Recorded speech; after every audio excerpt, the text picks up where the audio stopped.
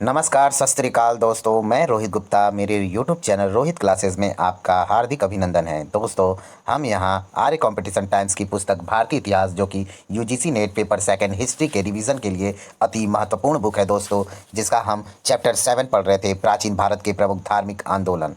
इसका जो है अब तक हम लोगों ने भाग 2 तक कंप्लीट कर लिया है दोस्तों, और आज हम प्राचीन भारत के प्रमुख धार्मिक आंदोलन का भाग 3 ला रहे हैं। ठीक है दोस्तों, तो वीडियो को स्टार्ट करने से पहले आप सभी लोगों से मेरा तहे दिल से अनुरोध है कि आप सभी लोग मेरे इस वीडियो को लाइक करें, चैनल को सब्सक्राइब करके बेल आइकन प्रेस करें, और प्लीज़ दोस्तों इस वीडियो को और भी लोगों में शेयर करें। ठीक है, चलिए वीडियो स्टार्ट करते हैं। और इसका भाग 3 में दोस्तों हमारा आज का टॉपिक है जैन धर्म। तो आज का दोस्तों टॉपिक हमारा जैन धर्म। चलिए वीडियो को स्टार्ट करते हैं। जैसे कि मैं अपने पिछले सारे वीडियोस में आप लोगों को बोला हूं कि जिन लोगों को वॉइस संबंधित प्रॉब्लम है वो प्लीज़ यूट्यूब के प्लेलिस्ट में प्लेलिस्ट कर रहा हूँ, यूट्यूब के सेटिंग में जाकर आप लोग मेरे वॉइस को इंक्रीज़ कर लें और अपने अनुसार जो है मेरे वॉइस को कर ले। चलिए स्टार्ट करते हैं जैन धर्म। ठीक है, जैन परंपरा के अनुसार जैन धर्म में कुल 24 तीर्थकर हुए थे, जो निम्नलिखित हैं। ठीक है, पहला दोस्तों ऋषभ देव, जिसे हम आदिनाथ भी कहते थे। ठीक है, दूसरा है अजितनाथ, तीसरा है संभव, चौथे हैं अभिनंदन, पांचवें हैं धर्म, छठवें हैं पदम प्रभ, सातवें हैं सुपार्शव, आठवें हैं दोस्तों चंद्रप्रभ, नौवें हैं पुष्पदंत, 10वें हैं दोस्तों शीतल, 11वें हैं श्रेयांश, 12वें हैं वासुपूज्य, 13वें हैं दोस्तों विमल, 14वें हैं अनंत और 15वें हैं धर्म। ठीक है, आगे देखते हैं। 16वें हैं दोस्तों शांति और 17वें हैं कुंधुनाथ, 18वें हैं अरह, 19वें हैं मल्ली या मल्लीनाथ, 20वें हैं दोस्तों मुन्नी सुब्रत, 21वें हैं नमीनाथ, 22वें हैं अरिष्ट नेमी या नेमीनाथ भी जिन्हें बोला जाता था, 23वें तीर्थकर दोस्तों पार्श्वनाथ हैं और 24वें तीर्थकर हमारे महावीर स्वामी हैं। ठीक है, चलिए आइए पढ़ते हैं आगे। प्रथम तीर्थकर ऋषभ देव का जन्म अयोध्या में माना जाता है। ऋषभ देव अयोध्या के राजा थे। आगे, ऋषभ देव को आदिनाथ एवं केसरिया नाथ भी कहा जाता है। इन्होंने कैलाश पर्वत पर शरीर त्यागा था। दूसरे जैन तीर्थकर अजीतनाथ का उल्लेख यजुर्वेद में हुआ है। अजीतनाथ का जन्म भी अयोध्या में ही हुआ है। संभवनाथ का जन्म श्रावस्ती तथा पदमप्रभ का जन्म जो है वो कौशाम्बी में माना जाता है। 23वें तीर्थकर पार्श्वनाथ एवं 24वें तीर्थकर महावीर स्वामी को छोड़कर अन्य सभी तीर्थकरों की ऐतिहासिकता संदिग्ध है। ठीक है, आगे देखते हैं। पार्श्वनाथ के अनुयायियों को निर्ग्रंथ कहा जाता था। पार्श्वनाथ वैदिक कर्मकांड एवं देववाद के कटु आलोचक थे। उन्होंने प्रत्येक व्यक्ति को मोक्ष का अधिकारी बताया तथा नारियों को भी अपने संप्रदाय में प्रवेश दिया। ठीक है, पार्श्वनाथ ने नारियों को भी प्रवेश दिया था। आगे, पार्श्वनाथ का काल महावीर स्वामी से 250 वर्ष पूर्व का माना जाता है। पार्श्वनाथ का जन्म जो है वो वाराणसी काशी में 850 ईसा पूर्व के आसपास हुआ। इसके पिता अश्वसेन काशी के शासक थे। आगे, जैन अनुश्रुतियों के अनुसार पार्श्वनाथ को 84 दिनों की तपस्या के बाद सम्मेद पर्वत पर कैवल्य यानी ज्ञान की प्राप्ति हुई। ठीक है, ज्ञान धर्म में कैवल्य को ज्ञान कहते हैं। चलिए आगे, पार्श्वनाथ के प्रथम अनुयायी इसकी माता वामा एवं पत्नी प्रभावती थी। आर्यदत्त पार्श्वनाथ के भिक्षु संघ के अध्यक्ष एवं पुष्पचुल्ला भिक्षुड़ी संघ की अध्यक्षता थी। आगे दोस्तों, पार्श्वनाथ द्वारा प्रतिपादित 4 महाव्रतों यानी चातुर्याम भी बोलते हैं 4 महाव्रतों को, सत्य था, अहिंसा था, अपरिग्रह था एवं अस्तेय। सत्य, अहिंसा, अपरिग्रह एवं अस्तेय में महावीर स्वामी ने ब्रह्मचर्य नामक महाव्रत जोड़ा था। ठीक है, आगे देखते हैं दोस्तों। ये 5 महाव्रत जो हैं वो पंच सिखियन करें। ये 5 महाव्रत हैं दोस्तों, जिसे हम पंच सिखियन भी बोलते थे। भिक्षुओं के लिए हैं तथा गृहस्थों के लिए 5 अणुव्रत हैं। ठीक है, आगे, महावीर स्वामी जैन धर्म के 24वें एवं अंतिम तीर्थकर तथा जैन धर्म के वास्तविक संस्थापक माने जाते हैं एवं जैन आंदोलन के प्रवर्तक माने जाते हैं। आगे, महावीर स्वामी का एक परिचय। जन्म जो 599 ईसा पूर्व चैत्र शुक्ल त्रयोदशी के समय हुआ था। जन्म स्थान जो है दोस्तों इनका कुंडल ग्राम था, वैशाली में बाषाढ़ के निकट वज्जी संघ का गणराज्य था। ठीक है, आगे, पिता जो इनके थे वो सिद्धार्थ थे, जो कि जात्रिक कुल के प्रधान थे। ठीक है, ज्ञात्रिक कुल के प्रधान थे। सॉरी दोस्तों, ध्यान कहीं और है। सिद्धार्थ जो है वो ज्ञात्रिक कुल के प्रधान थे। आगे, माता जो इनकी थी दोस्तों त्रिशला थी, जो कि एक सेकंड, माता जो थी इनकी दोस्तों त्रिशला थी, जो कि लिच्छवी शासक चेटक की बहन थी। इसे विदेह दत्ता एवं प्रियकर्णी कहा गया है। आगे पत्नी जो इनकी यशोदा है, जो कुंडीन गोत्र की थी। ठीक है, कुंडीन्य गोत्र की थी। पुत्री जो थी इनकी दोस्तों प्रियदर्शना थी, जो कि अनुज्ञा भी कहा जाता था उन्हें, अनुज्ञा भी कहा जाता था। कुल जो था दोस्तों इनका ज्ञात्रिक था। ठीक है, ज्ञात्रिक कुल के थे और कश्यप गोत्र के थे और इक्ष्वाकु वंश के थे। ठीक है, ज्ञात्रिक कुल के थे कश्यप। देखिए गोत्र जो इनका कश्यप है, हालांकि हमारा भी गोत्र जो है दोस्तों वो कश्यप ही है। ठीक है, इक्ष्वाकु वंश के थे। आगे भाई बहन जो थे उनके नंदी वर्मन थे एवं सुदर्शना जो थी वो इनकी बहन थी। ठीक है, आगे ऋषभ दत्त ब्राह्मण की पत्नी देवनंदा महावीर की माता के रूप में प्रसिद्ध हैं। आगे मृत्यु जो है इनका दोस्तों 527 ईसा पूर्व में पावापुरी में राजगिरी के निकट पावा, वर्तमान नाम जो है इसका पोखरपुर है। ठीक है, वहीं हुआ था। 72 वर्ष की आयु में कार्तिक अमावस्या दीपावली के दिन मल्ल राजा सस्तीपाल के महल में महावीर की मृत्यु हुई। ठीक है, आगे चेटक ने अपनी एक बहन का विवाह मगध राज बिंबिसार से किया। अतः बिंबिसार महावीर स्वामी का संबंधी था। महावीर स्वामी 30 वर्ष की आयु में भाई नंदीवर्धन की अनुमति से गृह त्याग कर सन्यासी यानी यति हो गए एवं 12 वर्ष तक कठोर तपस्या के बाद जंभीर ग्राम के निकट उज्जुवालिया यानी रिजुपालिका नदी के किनारे साल वृक्ष के नीचे कैवल्य प्राप्त किया। आगे गृह त्याग के पश्चात वस्त्रों का त्याग कर उन्हें स्वर्ण बलुका नदी में बहा दिया। ठीक है दोस्तों, आगे देखते हैं। ज्ञान प्राप्ति के कारण महावीर स्वामी को केवलीन कहा गया है तथा योग्यतम पूज्य होने के कारण अरहत कहलाएं। वो कौन? महावीर स्वामी। ठीक है, अरहत कहलाएं।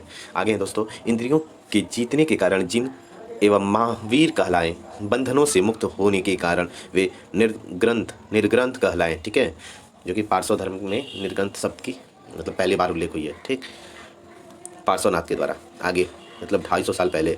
चलिए आगे देखते हैं। आज से नहीं, जैन धर्म के जो 24वें तीर्थकर महावीर हैं उनके जन्म से 250 वर्ष पहले की बात है। ठीक है, आगे देखते हैं। महावीर के प्रथम वर्षावास अस्तिका ग्राम एवं अंतिम वर्षावास पावापुरी में व्यतीत किया। महावीर ने प्रथम वर्षावास जो है वो अस्तिका ग्राम एवं अंतिम वर्षावास पावापुरी में व्यतीत किया। आगे सर्वाधिक वर्षावास वैशाली में व्यतीत किए, इसलिए वैशाली को हम महावीर की जननी कहते हैं। ठीक है, या वैशाली को महावीर का जननी कहा जाता है। आगे देखते हैं दोस्तों, नेक्स्ट पेज, इसी पेज का है हाफ पार्ट। हाँ, जैन धर्म की शिक्षाएं देखेंगे आज। अब चलिए, जैन धर्म में सांसारिक तृष्णा एवं बंधन से मुक्ति को मोक्ष निर्वाण कहा जाता है। मोक्ष जीवन का अंतिम लक्ष्य है। कर्म ही पुनर्जन्म का कारण है। कर्म फल से विमुक्ति ही निर्वाण प्राप्ति का साधन है। जैन धर्म के अनुसार कर्म फल से मुक्ति के लिए त्रिरत्न का अनुशीलन आवश्यक है। ये त्रिरत्न है दोस्तों, जो त्रिरत्न है उसको देखते हैं। पहला सम्यक दर्शन, जो कि श्रद्धा या मन या ध्यान से है। दूसरा सम्यक ज्ञान। तीसरा सम्यक आचरण, जिसे हम चरित्र या कर्म भी कह सकते हैं आचरण को। चलिए आगे देखते हैं। सत्य में विश्वास सम्यक श्रद्धा है। सद्रूप का शंका विहीन और वास्तविक ज्ञान सम्यक ज्ञान है। जीवन का समस्त इंद्रिय विषयों में अनासक्त होना, उदासीन होना, सम दुख सुख होना ही सम्यक आचरण है। ठीक है, आगे देख। त्रिरत्नों में सर्वाधिक बल सम्यक आचरण पर दिया गया है। पंच महाव्रत इसी का अंग है। जैन ग्रंथ आचारंग सूत्र में महावीर स्वामी की तपस्या का वर्णन है। जैन धर्म के 6 द्रव्य आइए देखते हैं कौन कौन से। पहला है जीव, दूसरा है उद्गल जिसे हम भौतिक तत्व भी कहते हैं, तीसरा है दोस्तों धर्म, चौथा है अधर्म, पांचवा है आकाश, छठवां है काल। काल अनस्तिकाय द्रव्य है, अनस्तिकाय द्रव्य है। ठीक है, जबकि अन्य 5 जो है वो अस्तिकाय द्रव्य हैं। याद रखिएगा, काल केवल जो है ना वो अनस्तिकाय द्रव्य है, बाकी सब अस्तिकाय द्रव्य है पाँचों। आगे जैन धर्म में ज्ञान के 3 स्रोत हैं। पहला प्रत्यक्ष, दूसरा अनुमान, तीसरा शब्द जिसे हम तीर्थकरों के वचन कहते हैं। आगे हम देख लेते हैं ज्ञान के प्रकार, टाइप्स ऑफ नॉलेज। चलिए आइए देखते हैं। पहला है मति यानी इंद्रिय जनित ज्ञान, दूसरा है श्रुति जिसे हम श्रवण ज्ञान भी कहते हैं, तीसरा है दोस्तों अवधि जिसे हम दिव्य ज्ञान भी कहते हैं, चौथा है मनः पर्याय जिसे हम दूसरों के मन का ज्ञान भी कहते हैं, पांचवा है हमारा कैवल्य जिसे हम पूर्ण ज्ञान या सर्वोच्च ज्ञान भी कह सकते हैं। आगे देखते हैं दोस्तों। मोक्ष के बाद मोक्ष के बाद व्यक्ति को जीवन मरण के चक्र से मुक्ति मिल जाती है तथा वह अनंत चतुष्टय को प्राप्त कर लेता है। ठीक है, आगे है अनंत चतुष्टय। देखते हैं क्या है। पहला है अनंत ज्ञान, अनंत दर्शन, तीसरा अनंत वीर्य या शक्ति या बल बोल सकते हैं, चौथा अनंत सुख या आनंद। ठीक है, आगे देखते हैं। जैन धर्म का तत्व मीमांसा का सिद्धांत जो है वह अनेकांतवाद कहलाता है तथा ज्ञान मीमांसा का जो सिद्धांत है वह स्यादवादी अथवा सप्तभंगी न्याय कहलाता है। स्यादवाद ज्ञान की सापेक्षवादिता का सिद्धांत है। आगे अनेकांतवाद यथार्थवादी एवं सापेक्षवादी बहुलवाद है। ठीक है, रियलिस्टिक एंड रिलेटिविस्टिक प्लूरलिज्म। ठीक है, प्लूरलिज्म। आगे देखते हैं दोस्तों, आगे नेक्स्ट पेज पे चलिए आइए। जैन धर्म में आत्मा का सिद्धांत अनेकात्मवाद या आत्म की बहुलता का सिद्धांत कहलाता है। जैन धर्म अनीश्वरवादी है। उसके अनुसार सृष्टि में निर्माण सार्वभौमिक विधान से हुआ है, इसलिए जैन धर्म प्रलय की अवधारणा में विश्वास नहीं करता। आगे आंशिक ज्ञान को न्याय कहा जाता है। जैन धर्म में वर्ण व्यवस्था का खंडन नहीं किया गया है। जैन धर्म में देवताओं का अस्तित्व स्वीकार किया गया है, पर उनका स्थान जो है जिनसे नीचे रखा गया है। आगे अस्त्रव देखते हैं दोस्तों क्या है। कर्म का जीव की ओर प्रवाह अस्त्रव कहलाता है। ठीक है, आगे है संवर क्या है। जब जीव की ओर कर्मों का प्रवाह रुक जाए तो इसे हम संवर कहते हैं। आगे है दोस्तों निर्जरा क्या है। संचित कर्मों का नष्ट होना निर्जरा कहलाता है। आगे मोक्ष आश्रव के कारण जीव बंधन में पड़ता है। संवर एवं निर्जरा के कारण जीव को मुक्ति मिलती है, जिसे मोक्ष कहते हैं। ठीक है, कसाय क्या है देखते हैं, ऊपर कर लेते हैं। कषाय वे तत्व हैं जिन पर कर्म पुद्गल चिपकते हैं। 4 कसाय हैं। पहला लोभ, क्रोध, मोह एवं मान, ये कसाय के अंतर्गत है। ठीक है, जैन धर्म के अनुसार 18 पाप हैं। ठीक है, जैन धर्म में वेदों को अप्रामाणिक माना जाता है तथा यज्ञों में पशु बलि का विरोध किया गया है। जैन धर्म में युद्ध एवं कृषि वर्जित है क्योंकि इसमें जीव हिंसा होती है, इसलिए जैनियों ने अपना कार्यकलाप व्यापार एवं वाणिज्य तक ही सीमित रखा। अरे बाप रे, कृषि नहीं करेगा तो खाएगा क्या भाई। थेरा जैन धर्म में मुख्य उपदेशक को थेरा कहा जाता है। बौद्ध साहित्य में महावीर स्वामी को निघंटनाथ पुत्र कहा गया है। महावीर स्वामी ने एक संघ की स्थापना की जिसमें 11 प्रमुख अनुयायी थे जो गणधर यानी गंधर्व कहलाए। ये गणधर 11 ब्राह्मण थे जिनको पावा में दीक्षा दी गई। आगे 10 गणधरों की मृत्यु महावीर के जीवन काल में ही हो गई।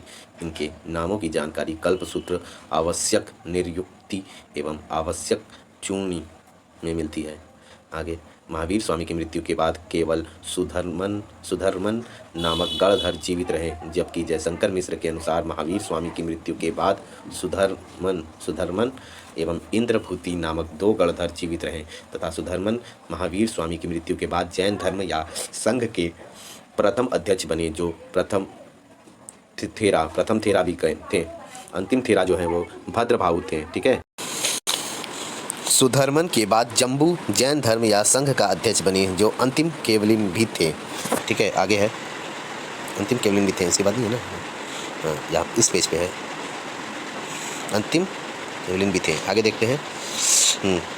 महावीर स्वामी ने अपनी पुत्री प्रियदर्शना का विवाह जो है वो जमाली नामक क्षत्रिय जो उनका भांजा था से किया। जमाली महावीर का प्रथम शिष्य था। बाद में जमाली का महावीर स्वामी से क्रियमाणकृत सिद्धांत पर मतभेद हो गया एवं जमाली ने संघ से अलग होकर बहुरतवाद चलाया। महावीर स्वामी की प्रथम शिष्या जो है वो चंदना थी, जो भिक्षुड़ी संघ की अध्यक्ष भी थी। चंदना चंपा नरेश दधिवाहन की पुत्री थी। ठीक है, आगे देखते हैं थोड़ा। दधिवाहन की पुत्री थी। आगे है कौशाम्बी नरेश की पुत्री जयंती ने महावीर स्वामी के साथ वाद विवाद किया। इसके बाद वह जैन भिक्षुणी बन गई। भिक्षु या भिक्षुणी जैन सन्यासी होते थे, जबकि श्रावक या श्राविका गृहस्थ जीवन में रहकर ही जैन मत का पालन एवं उपासना करते थे। जैन साधुओं को यति कहा जाता है। जैन भिक्षु संघ एवं भिक्षुणी संघ की स्थापना पावापुरी में की थी। पाणपुरी को जैन धर्म का हम सारनाथ कहते हैं। ठीक है, आगे देखते हैं। पावापुरी में चतुर्विध संघ यानी भिक्षु भिक्षुणी श्रावक श्राविका बना। महावीर स्वामी ने अपना पहला उपदेश राजगिरी के निकट विपुलचल पहाड़ी पर दिया। आगे जैन धर्म के संप्रदाय। जैन धर्म में 2 संप्रदाय हैं। पहला श्वेतांबर जो कि थेरापंथी कहलाता है, दूसरा दिगंबर जो कि समैया है। ठीक है, आगे पहला देखते हैं दोस्तों श्वेतांबर। अब इसको थोड़ा सा डिटेल से पढ़ लेते हैं इनके बारे में। पुजेरा या डेरावासी या ढूंढिया या स्थानवासी एवं थेरापंथी इसके उप संप्रदाय हैं। श्वेतांबर को आगम में विश्वास करते हैं। 19वें तीर्थकर मल्लीनाथ को स्त्री मानते हैं। इसके अनुसार भोजन ग्रहण करना आवश्यक है। तीर्थकरों का जीवन चरित्र लिखते समय चरित्र शब्द का प्रयोग करते हैं। आगे दिगंबर देखते हैं। तेरापंथी, तारणपंथी या समैया, तोतापंथी, विषपंथी एवं गुमानपंथी इसके उप संप्रदाय हैं। दिगंबर आगम में विश्वास नहीं करते। इनके अनुसार महावीर अविवाहित थे। भोजन आवश्यक नहीं है। तीर्थकरों का जीवन चरित्र लिखते समय पुराण शब्द का प्रयोग करते हैं। आगे 300 ईसा पूर्व में मगध में अकाल पड़ने पर स्थलभाऊ के नेतृत्व में मगध में ही निवास करने वाले एवं श्वेत वस्त्र धारण करने वाले जैन भिक्षु श्वेतांबर कहलाएं। ठीक है, आगे देखते हैं। अकाल के समय छठे जैन आचार्य या अंतिम थेरा या थेर बोलते हैं भद्रबाहु के नेतृत्व में मगध छोड़कर श्रवण बेल गोला कर्नाटक जाने वाले जैन दिगंबर कहलाएं। दिगंबर अपने को शुद्ध बताते थे एवं नग्न रहते थे। ठीक है, जो जैन धर्म के 2 संप्रदाय थे श्वेतांबर और दिगंबर। तो जो दिगंबर थे वो अपने को मतलब नग्न रहते थे वो लोग। ठीक है, और अपने को शुद्ध बताते थे कि वो प्योर है। ठीक है, आगे देखते हैं। ये दक्षिणी जैनी कहलाएं। दिगंबर मतावलंबी भद्रबाहु की शिक्षाओं को ही प्रामाणिक मानते हैं। ठीक है, आगे देख लेते हैं दोस्तों इस नेक्स्ट पेज पे। प्रामाणिक मानते हैं। आगे है उपवास द्वारा शरीर त्यागना। श्वेतांबरों में संथारा एवं दिगंबरों में संलेखना कहलाता है। ठीक है, आगे जैन भिक्षु भिक्षुणी संलेखना द्वारा शरीर त्यागते हैं। संलेखना का अर्थ है उपवास द्वारा शरीर त्यागना। ठीक है, चंद्रगुप्त मौर्य जो है मौर्य संप्रदाय के मतलब मौर्य जो उसके थे वंश के थे चंद्रगुप्त मौर्य महान शासक, उन्होंने भी संलेखना विधि से ही अपना शरीर त्यागा था। चलिए आगे होगा। संलेखना को निष्प्रतिकार मरण वैकुंठ भी कहा जाता है। ठीक है, चंद्रगुप्त मौर्य देखिए आ गया ना लाइन। चंद्रगुप्त मौर्य ने श्रवण बेलगोला कर्नाटक में चंद्र नामक पहाड़ी पर संलेखना द्वारा ही शरीर त्यागा था। ठीक है, अंतिम समय में अपना जैन धर्म को अपना लेते हैं, फिर संलेखना विधि के द्वारा जो है अपने आपको मुक्त कर लेते हैं। ठीक है, आगे मोक्ष प्राप्ति आ जाती है उनको। चलिए आगे देखते हैं। चंद्रगुप्त मौर्य राष्ट्रकूट शासक इंद्र चतुर्थ जैन विद्वान हेमचंद्र ने इसी प्रक्रिया से मृत्यु का वर्ण किया था, मतलब मोक्ष का वर्ण किया था। आगे दोस्तों, श्वेतांबर संप्रदाय में ही सर्वप्रथम महावीर स्वामी एवं अन्य जैन तीर्थकरों की पूजा प्रथम शताब्दी ईस्वी के आसपास शुरू की। उत्तर भारत में जैन धर्म के 2 प्रमुख केंद्र उज्जैन एवं मथुरा थे। पश्चिम में गिरनार प्रमुख केंद्र था। पूर्वी भारत में पुंड्रवर्धन एवं दक्षिण भारत में कर्नाटक दिगंबर संप्रदाय का प्रमुख केंद्र था। मथुरा का कंकाली टीला जैन धर्म से संबंधित था। आगे देख लेते हैं दोस्तों। मथुरा के पास स्थित कंकाली टीले से अनेक जैन मूर्तियां एवं यक्षिणियों की प्रतिमाएं प्राप्त हुई हैं। प्रथम शताब्दी ईस्वी में यापानीय नामक जैन संप्रदाय की स्थापना कल्याणगढ़ में श्वेतांबर साधु कलश ने की। यापानीय संप्रदाय श्वेतांबर एवं दिगंबर का मिश्रण है। आगे गुजरात के चालुक्य शासकों ने जैन धर्म को संरक्षण दिया, जिससे 11वीं एवं 12वीं शताब्दी में जैन धर्म गुजरात तथा राजस्थान में लोकप्रिय हुआ। आगे देखते हैं दोस्तों। दिलवाड़ा माउंट आबू सिरोही में आदिनाथ या नेमीनाथ आदि जैन तीर्थकरों के मंदिर हैं। आदिनाथ कौमा नेमीनाथ दोनों अलग अलग हैं, जैन तीर्थकरों के मंदिर हैं। आगे जैनियों के 4 वरों शिक्षा अन्न चिकित्सा तथा आवास के सिद्धांत जैनियों में लोकप्रिय थे। दक्षिण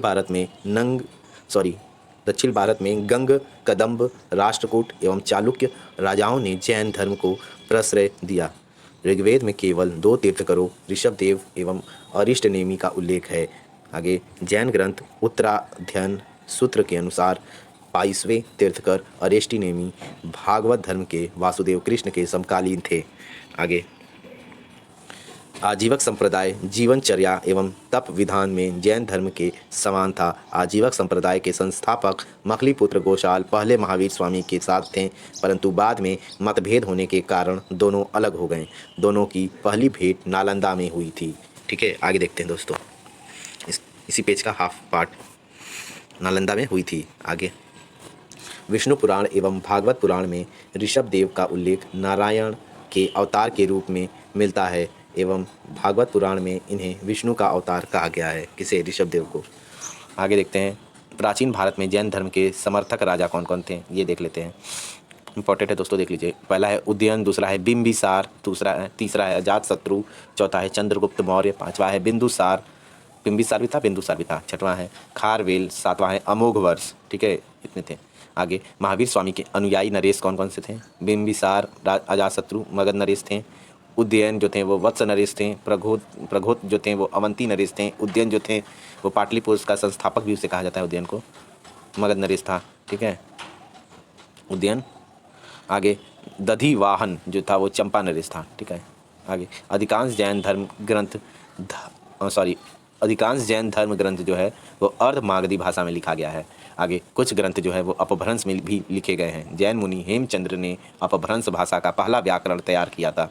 आगे महावीर स्वामी एवं जैनों ने धर्मोपदेशों के लिए प्राकृत भाषा का प्रयोग किया है या अपनाया है। ठीक है, जैन धर्म का सबसे महत्वपूर्ण ग्रंथ जो है वो कल्पसूत्र संस्कृत में लिखा गया। कल्पसूत्र की रचना भद्रबाहु ने की। कल्पसूत्र में प्रारंभिक जैन धर्म का इतिहास मिलता है। कल्पसूत्र 3 भागों में संकलित है, जिनमें पहले भाग में महावीर स्वामी से पूर्व के 23 तीर्थंकरों के जीवन का वर्णन है। दूसरे भाग में जैन धर्म के नियम एवं सिद्धांत तथा तीसरे भाग में जैन गाथाओं का वर्णन है। ठीक है, आगे देखते हैं। आगे दोस्तों, जैन दर्शन एवं सांख्य दर्शन में काफ़ी समानताएं हैं। कलिंग का राजा खारवेल जैन धर्म का अनुयायी था। जैन मूर्ति पूजा का प्राचीनतम अभिलेखीय साक्ष्य हाथी गुफा अभिलेख है। राष्ट्रकूट नरेश अमोघ वर्ष जैन सन्यासी बन गए थे। उन्होंने संस्कृत भाषा में रत्नमालिका नामक ग्रंथ की रचना किया। ठीक है, आगे देखते हैं दोस्तों। चंपा के शासक दधिवाहन की पुत्री चंदना जैन धर्म की पहली महिला भिक्षुणी थी तथा भिक्षुणी संघ की प्रधान थी। उज्जैन के शासक गर्द भिल्ल का पुत्र विक्रमादित्य जैन धर्म का प्रबल समर्थक था, जिसे जैन अनुयायी बनाने का श्रेय आचार्य सिद्धसेन को दिया जाता है। आगे नंद शासक भी जैन थे। आचार्य सुहस्तीन कालकाचार्य एवं कुंद दक्षिण भारतीय जैन आचार्य थे। जैन मठों को बसादी यानी बसदिस कहा जाता है। दिगंबर मंदिर प्रबंधकों को भद्रक कहा जाता था। ठीक है दोस्तों, आगे देखते हैं। आगे है हमारा इस पेज पे तीर्थकर हैं और प्रतीक चिन्ह हैं। जो जैन धर्म के तीर्थकर थे ना, वो हैं एक तरफ और एक तरफ प्रतीक चिन्ह है। आइए चलिए देखते हैं, थोड़ा सा छोटा कर लेते हैं ताकि ईजी हो। चलिए कुछ इंपॉर्टेंट तीर्थकर हैं, उनके बारे में देखते हैं। ऋषभदेव, जिनको हम आदिनाथ या उनका जो प्रतीक है दोस्तों वह वृषभ है। ठीक है, ऋषभदेव का जो जिन्हें हम आदिनाथ भी कहते थे, उनका प्रतीक क्या है? वो वृषभ है। ठीक है, चलिए आगे हमारा अजीत नाथ हाथी, संभव जिसका घोड़ा था प्रतीक, शांतिनाथ जो थे उनका हिरण प्रतीक था। पार्श्वनाथ जो थे वो सर्प फण था इनका प्रतीक। नेमिनाथ जो थे या जिन्हें हम अरिष्ट नेमी भी कहते थे, उनका शंख प्रतीक था। महावीर स्वामी जो थे उनका सिंह प्रतीक था और नमीनाथ जो थे उनका नीला कमल प्रतीक था। ठीक है, मल्लीनाथ जो थे उनका जल कलश प्रतीक था।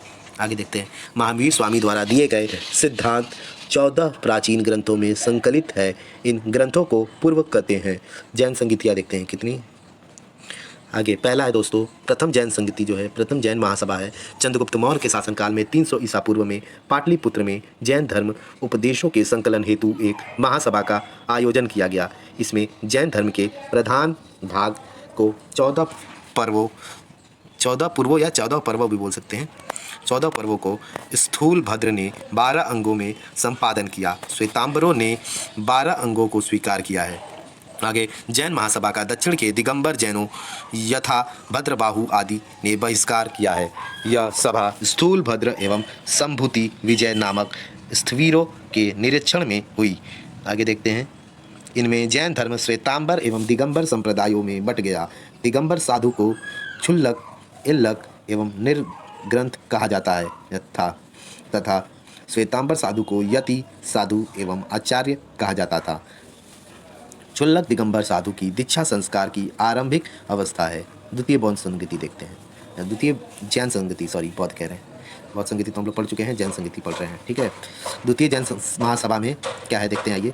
512 ईस्वी से 513 ईस्वी में देवर्दी गणी जिसे हम क्षमा श्रवण भी कहते हैं, क्षमा श्रवण, ठीक है, के नेतृत्व में एवं मैत्रेय वंश के शासक श्रवसेन प्रथम के संरक्षण में गुजरात में वल्लभी में द्वितीय जैन महासभा का आयोजन हुआ। द्वितीय जैन संगति का मूल उद्देश्य जैन धर्म के मूल पाठों को एकत्र कर उन्हें आगमों का रूप देना था।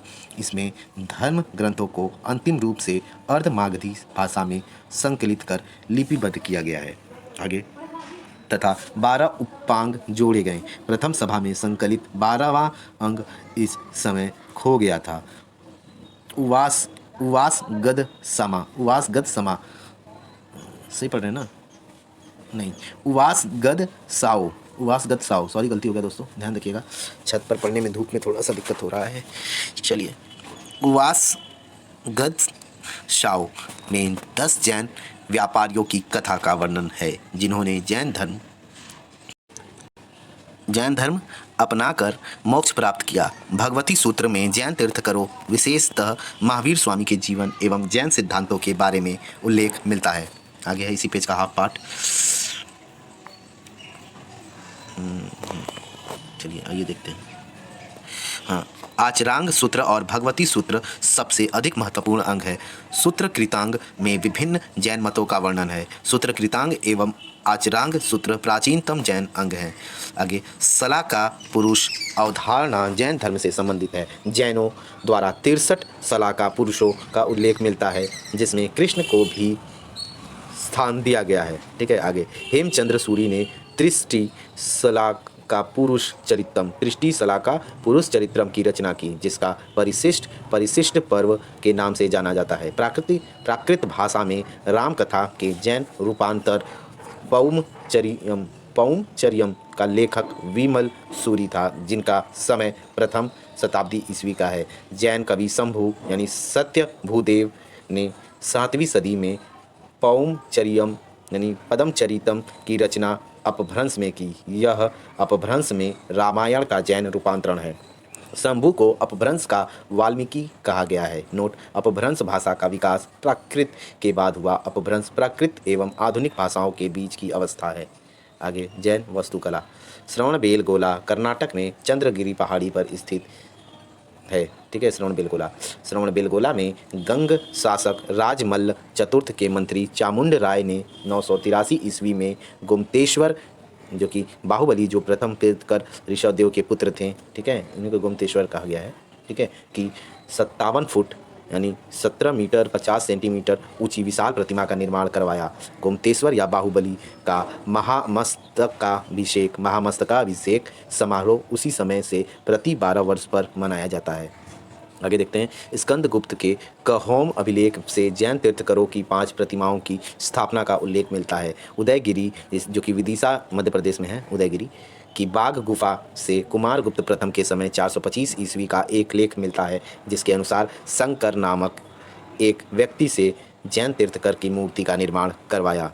आगे दिलवाड़ा के संगमरमर से निर्मित आदिनाथ मंदिर का निर्माण गुजरात के चालुक्य शासक भीमदेव प्रथम के सामंत विमल शाह ने 1031 ईस्वी में करवाया। आगे वास्तुपाल एवं तेजपाल ने भी 1230 ईस्वी में दिलवाड़ा में नेमीनाथ के मंदिर का निर्माण करवाया। रनकपुर, ठीक है, रणकपुर या रनकपुर भी बोल सकते हैं, पाली या राजस्थान के जैन मंदिर भी प्रसिद्ध हैं। ओसिया जोधपुर का महावीर जैन मंदिर भी प्रसिद्ध है। आगे दोस्तों, कठियावाड़ गुजरात की गिरनार एवं पालीताना पहाड़ियों पर कई जैन मंदिर मिले हैं। इनमें गिरनार का नेमीनाथ का मंदिर सबसे प्रसिद्ध है। गिरनार का संबंध जैन साहित्य में तीर्थकर नेमीनाथ से बताया गया है। ठीक है दोस्तों, आगे देखते हैं। एक पेज और है इसका, बच्चा बड़ा कर लेते हैं थोड़ा। आगे है उड़ीसा के पुरी जिले में उड़ीसा के पुरी जिले में उदयगिरी खंडगिरी में सबसे प्राचीन 35 जैन गुफाएं मिली हैं जो ईसा पूर्व दूसरी शताब्दी के आसपास की हैं। यहीं से कलिंग नरेश खारवेल का हाथी गुफा अभिलेख मिला है। आगे उदयगिरी से रानी गुम्फा, व्याघ्र गुम्फी, गणेश गुम्फा एवं हाथी गुम्फा की गुफाएं मिली हैं। आगे जबकि खंडगिरी से नवगिरी गुम्फा, अनंत गुम्फा मिली है। आगे शत्रुंजय पहाड़ी पर 500 जैन मंदिर मिले हैं। यहाँ का पाली ताड़ा जैन मंदिर प्रसिद्ध है। खजुराहो मध्य प्रदेश से भी 10वीं 11वीं सदी के जैन मंदिर मिले हैं। लोरा से भी कई जैन गुफाएं मिली हैं। इनमें इंद्र सभा की गुफा प्रसिद्ध है। अर्बुदगिरी जिसे हम आबू भी बोलते हैं, शत्रुंजय गिरी, चंद्रगिरी और उर्जयंतगिरी जैनों के पावन स्थल हैं। आगे पारसनाथ, पावापुरी, राजगिरी सभी बिहार से भी जैन स्थापत्य के उदाहरण मिले हैं। चक्रेश्वरी देवी एवं सचिया देवी जैन धर्म की प्रमुख देवियां हैं। कांसे की प्राचीनतम जैन तीर्थकर मूर्तियां चौसा से प्राप्त हुई हैं। जैन धर्म लिच्छवियों का राजधर्म था। ठीक है, कांसे की जो प्राचीनतम जैन तीर्थकर मूर्तियां हैं वो चौसा से प्राप्त हुई हैं। जैन धर्म लिच्छवियों का राजधर्म था। आगे सिंधु सौवीर के शासक उदयन महावीर जीवंत स्वामी जिसे हम बोलते थे की चंदन काष्ठ निर्मित प्रतिमा बनवाई है। आगे राजकुमार अभय को महावीर स्वामी ने जैन धर्म में दीक्षित किया था। पर्युषण पर्व जैन धर्म से संबंधित है। क्या? पर्युषण पर्व जो है वो जैन धर्म से संबंधित है। आगे हरिभद्र सूरी की समराइज कहा में भारतीय व्यापारियों द्वारा कट्टा द्वीप की समुद्री यात्रा का वर्णन है। क्या? समुद्री यात्रा का वर्णन है। आगे दोस्तों देखते हैं, सोनागिरी मध्य प्रदेश में 108 श्वेतांबर जैन मंदिर हैं जिनमें मुख्य मंदिर जो है वो चंद्रप्रभु का है। आगे 8 प्रकार के कर्म, 3 गुप्तियाँ एवं अहिंसा महाव्रत में 5 समितियों का संबंध जैन धर्म से है। सिद्धसेन ने न्याय वार्ता की रचना की। जैन ग्रंथ सूत्रकृतांग में सर्वप्रथम शतरंज यानी अष्टपथ के लेख का वर्णन मिलता है। ठीक है, अष्टपथ के लेख का वर्णन मिलता है। आगे देखते हैं तो जल मंदिर पावापुरी में स्थित जैन मंदिर है। ठीक है, क्या था? जल मंदिर पावापुरी में स्थित जैन मंदिर है। आगे उपमहाद्वीप की प्रथम जैन प्रतिमा लोहानीपुर पटना से मिली है। अयोध्या से टेराकोटा निर्मित जैन प्रतिमाएं मिली हैं। कौशाम्बी उत्तर प्रदेश बौद्ध एवं जैनियों दोनों की प्रसिद्ध तीर्थ स्थली है। जैनियों द्वारा अपनाई गई पारंपरिक मृत्यु क्रियाएं निषिद्धि कहलाती हैं। कूर्चक जैन धर्म का संप्रदाय है। ठीक है, इस प्रकार से दोस्तों हमारा जैन धर्म जो है वो ख़त्म होता है। जैन धर्म हमारा ख़त्म हुआ। अब हम इसका तीसरा जो है धर्म भागवत धर्म पढ़ेंगे जिसे हम वैष्णव धर्म भी कहते हैं। ठीक है, उसके पश्चात जो है एक और धर्म आएगा जो कि शैव धर्म है। इसे हम पढ़ेंगे अगले वीडियोस में। बस यहाँ से ये जो है धर्म जो है वो समाप्त हो जाएगा। ठीक है, तो प्लीज़ वीडियो को लाइक कर दीजिएगा, चैनल को सब्सक्राइब करके बेल आइकन प्रेस कर दीजिएगा और शेयर करना कोई नहीं भूलेगा। ओके दोस्तों, तो मिलते हैं नेक्स्ट वीडियो में। Thank you so much, take care दोस्तों, बाय बाय, गुड डे, मिलते हैं नेक्स्ट वीडियो।